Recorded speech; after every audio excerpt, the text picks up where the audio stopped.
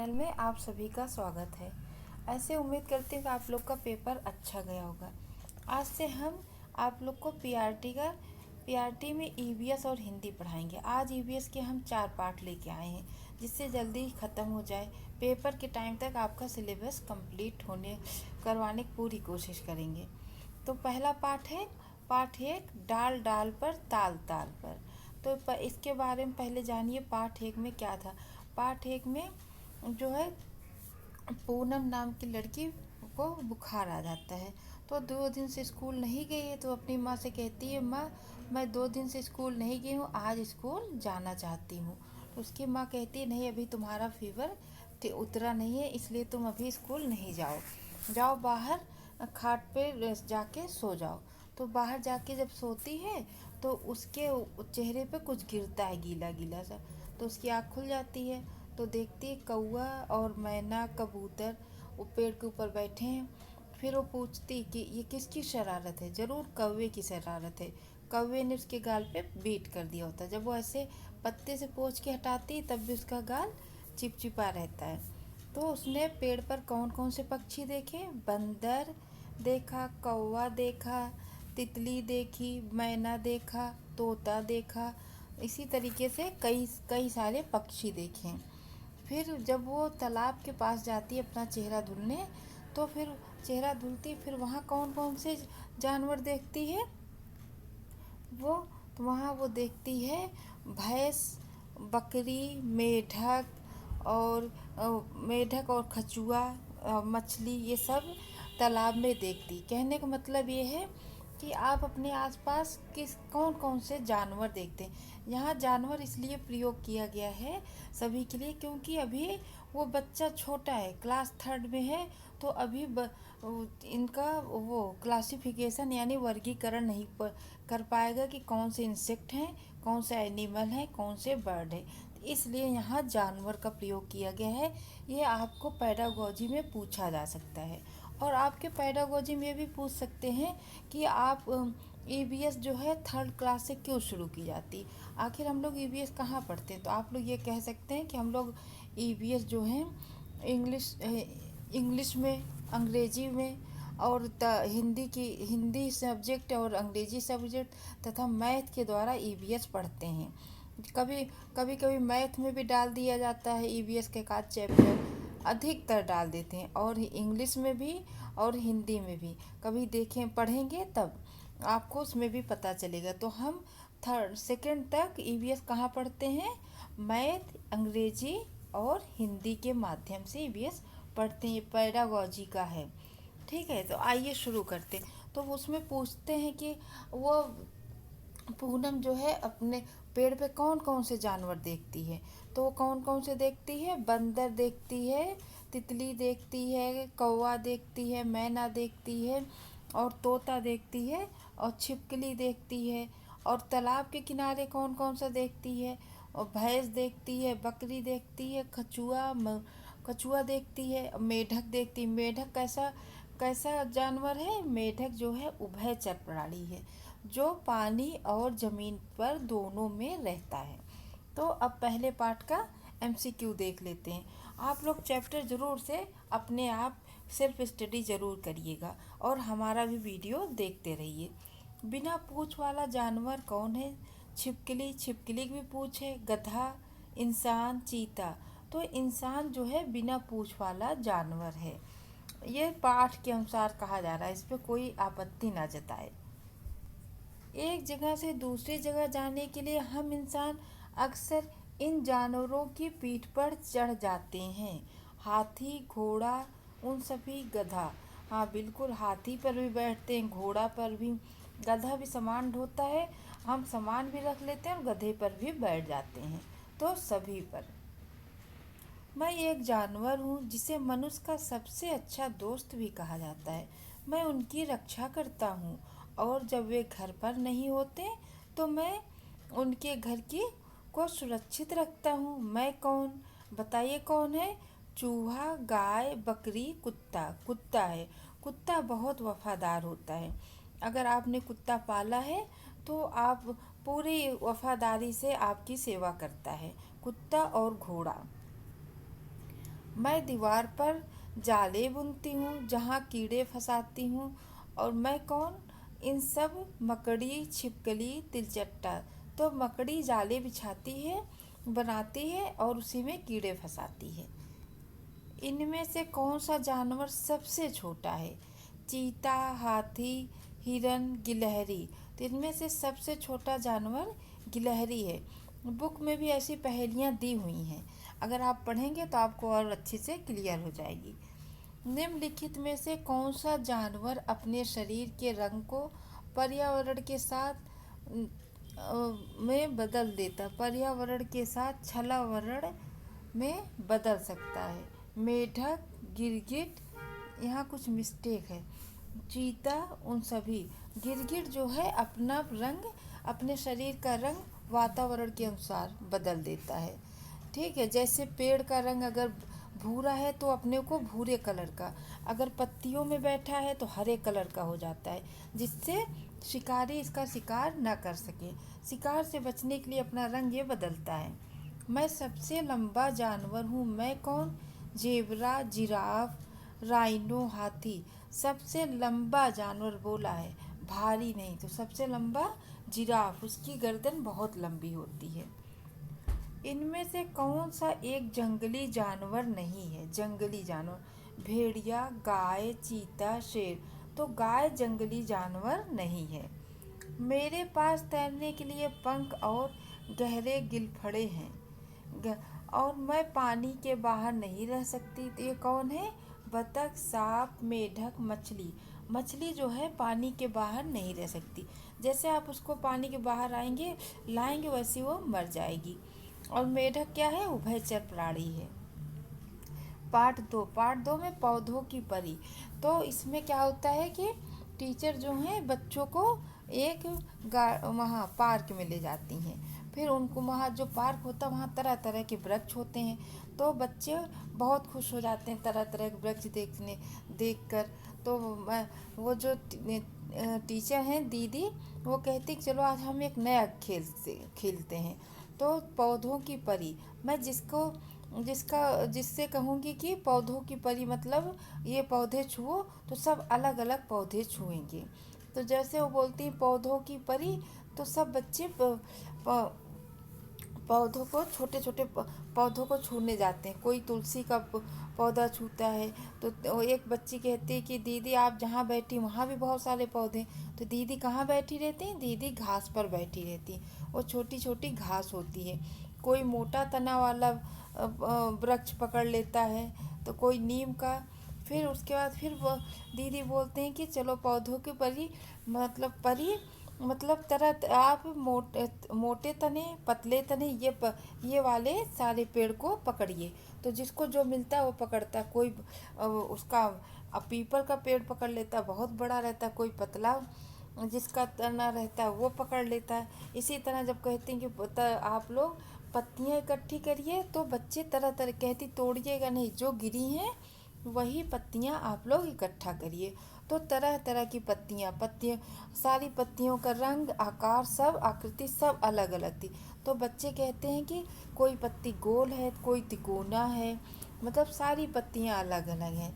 और इससे हमें यह देखने को मिल रहा है कि वृक्ष भी अलग अलग हैं, उनकी पत्तियां भी अलग अलग हैं।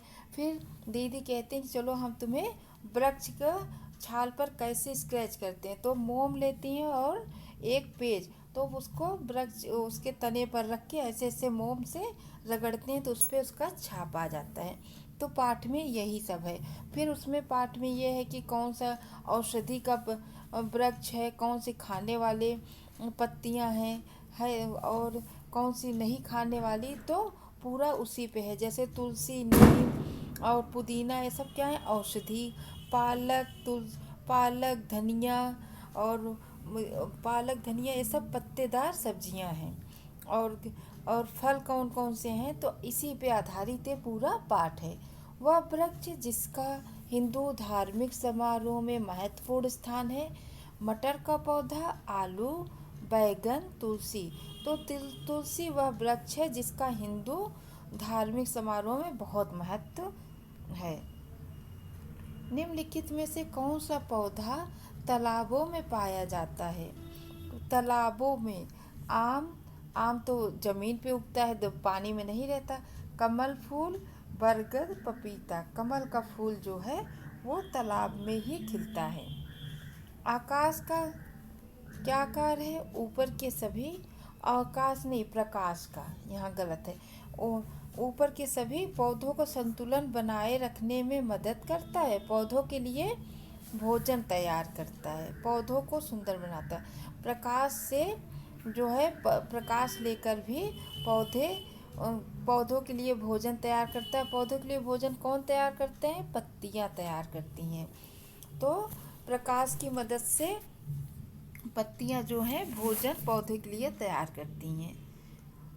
यह पौधों का भाग नहीं है, पौधों का भाग नहीं। जड़, पत्तियां, तना, पैर। पैर नहीं है, जड़ भी है, पत्तियां भी हैं, तना भी है। पौधे में बीज कहाँ होते हैं? फल और फूल और फल दोनों में होते हैं। फूल कभी कभी फूल में होता है, कभी कभी किसी पौधे में फूल में होता है, किसी पौधे में फल में, दोनों में होता है। पत्तियां, फूल, फल, तो फूल और फल दोनों में होता है। अगला देखिए, वह पौधा जो हमें ग्रीष्म में फल प्रदान करता है। तरबूज और आम दोनों जो हमें ग्रीष्म में मिलता है। तरबूज भी बहुत स्वादिष्ट लगता है और आम भी। तरबूज आम, ना तरबूज ना आम, तो तरबूज और आम दोनों। निम्नलिखित में से किस पौधे का तना मोटा होता है? गाजर, तुलसी, गेंदे का फूल, नीम। तो नीम का तना इन सब के मुकाबले, तो गाजर तो छोटा सा पौधा है, तुलसी भी, गेंदे का फूल भी छोटा, नीम जो है बड़ा है, उसका तना भी मोटा होगा, तो नीम इनके अकॉर्डिंग।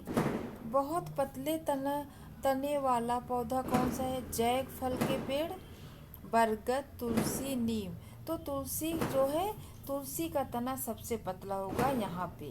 बरगद भी मोटा होगा, नीम का भी। जैक मतलब कटहल का पेड़। जड़ों का क्या कार्य है? यह पौधों के उत्सर्जन में मदद करती है, या पौधों को भोजन पचाने में मदद करती, यह मिट्टी से पानी और पोषक तत्वों को अवशोषित करती है। यह क्या करती है? यह मिट्टी से पानी और पोषक तत्वों को अवशोषित करती है। ऊपर के सभी यही सही है, ठीक। किस पौधे का पत्ता छूने से मुड़ जाता है? इनमें से कोई नहीं। तह संयंत्र, मुझे पौधा छुओ, या संवेदनशील पौधा। संवेदनशील पौधा जो है वो छूने से मुड़ जाता है, जिसे कहते हैं छुई मुई। पौधे का नाम। पाठ है तीसरा, पानी रे पानी। तो पानी हम किस तरह से इस्तेमाल करते हैं, हमें पानी कैसे बचा कर रखना चाहिए, पानी किस किस बर्तन में रखते हैं। पानी जिस बर्तन में रखते हैं वह उसी का आकार ले लेता है। पानी का ना कोई रूप है ना आकार है, पानी जहाँ रहता है वैसे आकार ले लेता है। पानी के स्रोत कौन कौन से हैं? जैसे तालाब, नदी, हैंडपम्प, कुआं और समुद्र, ये सब पानी के स्रोत हैं। और बारिश का पानी, तो एक पानी में यही सब बताया गया है। आइए शुरू। देखिए, पानी है, इन सब पर निश्चित आकार, कोई निश्चित आकार नहीं। पानी का कोई निश्चित आकार नहीं, आप जिस भी बर्तन में रखेंगे उसी का आकार पानी ले लेता है। एक लकड़ी का कटोरा होगा, पानी में घुलना, पानी पर तैरना, पानी में डूबो, इनमें से कोई नहीं। क्या होगा? एक लकड़ी का कटोरा पानी पर तैरना, पानी पर तैरेगा। यह भूमिगत जल का स्रोत है। समुद्र, इन सब, नदी, नलकूप जो जमीन के अंदर से पानी निकलता है उसे भूमिगत जल का स्रोत कहते हैं। तो नलकूप जो है भूमिगत जल का स्रोत है। पानी उबालने पर परिवर्तित हो जाता है। बर्फ, भाप, इनमें से कोई नहीं, अणुओं में टूट जाता है। तो पानी उबालने से भाप में परिवर्तित हो जाता है। पानी के रूप में उपलब्ध है। तरल, गैस, इन सब, ठोस। तो पानी तरल में भी है, गैस में भी है, ठोस में भी है, इन सब में है। पानी ठोस रूप में, ये अगला, पृथ्वी पर उपस्थित अधिकांश जल किस रूप में है? इनमें से कोई भी सत्य नहीं। तरल, गैस, ठोस। तो पृथ्वी पर अधिकांश जल तरल रूप में उपस्थित है। जल किसके लिए आवश्यक है? जीविका के लिए, खेलने के लिए, सोना, नृत्य। तो जीविका के लिए जल बहुत आवश्यक है। जल का उपयोग हम किसके लिए करते हैं? पीने, खाना बनाने, धोने के कपड़े धोने के लिए, ये सभी सभी में, पीने के लिए भी, खाना बनाने के लिए, कपड़े धोने के लिए, सभी में जल का प्रयोग करते हैं। बर्फ पानी की तुलना में है लाइटर, मतलब बर्फ जो है पानी की तुलना में लाइट है। एक धातु का चाकू होगा, पानी पर तैरेगा, पानी में घुलना, इनमें से कोई नहीं, पानी में डूब जाएगा। धातु का चाकू पानी में डूब जाएगा। अगला पाठ 5वां, छोटू का घर। परिवार वाला नहीं लिया, वो बहुत उसमें वह बहुत ईजी है। छोटू जो है अपने गांव से शहर आता है, तो शहर में पहली बार कहाँ आता है? मुंबई। तो मुंबई में वह अपने लिए एक टायर होता है, पाइप टाइप का, तो उसको अपना घर बना लेता है और उसी में छोटू रहता है। और कुछ दिन बाद उसे पार्टीशन दे देता है, इधर खाना बनाएंगे, इधर सोएंगे। इस तरह से उस पाइप में वो रहता है, वहीं खाना बनाता है, चाय बनाता है। तो आइए देखते हैं। हमें अपने हाथ अवश्य धोने चाहिए। इनमें से कोई नहीं, खाने के बाद, खाने से पहले, या इन दोनों में? तो दोनों में, खाने के पहले भी हाथ धुलना चाहिए और खाने के बाद भी हाथ धोना चाहिए। छोटू पहली बार कहाँ आया था? दिल्ली, मुंबई, कोलकाता, बंगलोर। तो छोटू पहली बार मुंबई आया। चूहे गरीब होते हैं, स्वाद, गंध, छूना, नज़र। नज़र के हिसाब से चूहे गरीब होते हैं, लेकिन गंध और सूंघने की क्षमता उनमें बहुत तेज होती है। निम्न में से कौन सा बेडरूम में पाया जाता है? मैट्रेस, खाने की मेज, तंदूर, नल।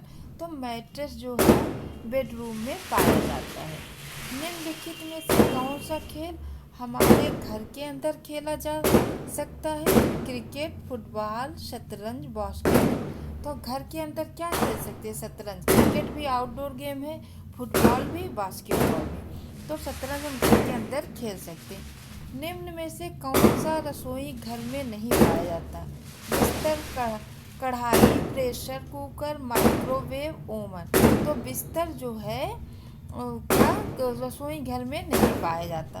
प्रेशर कुकर का प्रयोग किया जाता है खाना संचित करो, इन सब में खाना बनाने में प्रेशर कुकर का प्रयोग किया जाता है। स्वच्छता के बारे में हमें जागरूक करने में मदद करने के लिए भारत सरकार द्वारा की गई पहल है स्वच्छ भारत अभियान। क्या है? स्वच्छ भारत अभियान। हम अपने घर का कूड़ा कहाँ फेंकते हैं? कचरे के डिब्बे में। कहाँ फेंकते हैं? कचरे के डिब्बे में। आप लोग हमारा वीडियो शुरू से लेकर आखिरी तक ज़रूर देखिएगा। इसे लाइक, शेयर, सब्सक्राइब करिए और कमेंट बॉक्स में कमेंट ज़रूर लिखा करिए। उससे थोड़ा प्रोत्साहन मिलता है, फिर और अच्छे से पढ़ाने मन करता है। आप लोग को हमारा वीडियो कैसा लगा ज़रूर बताइएगा। और पूरी कोशिश रहेगी कि आपका कोर्स भी कंप्लीट कराऊं और आपको अपने पेपर में, मतलब हमारे पढ़ाया हुआ मदद करे, मतलब पेपर में भी देखने को मिले। धन्यवाद।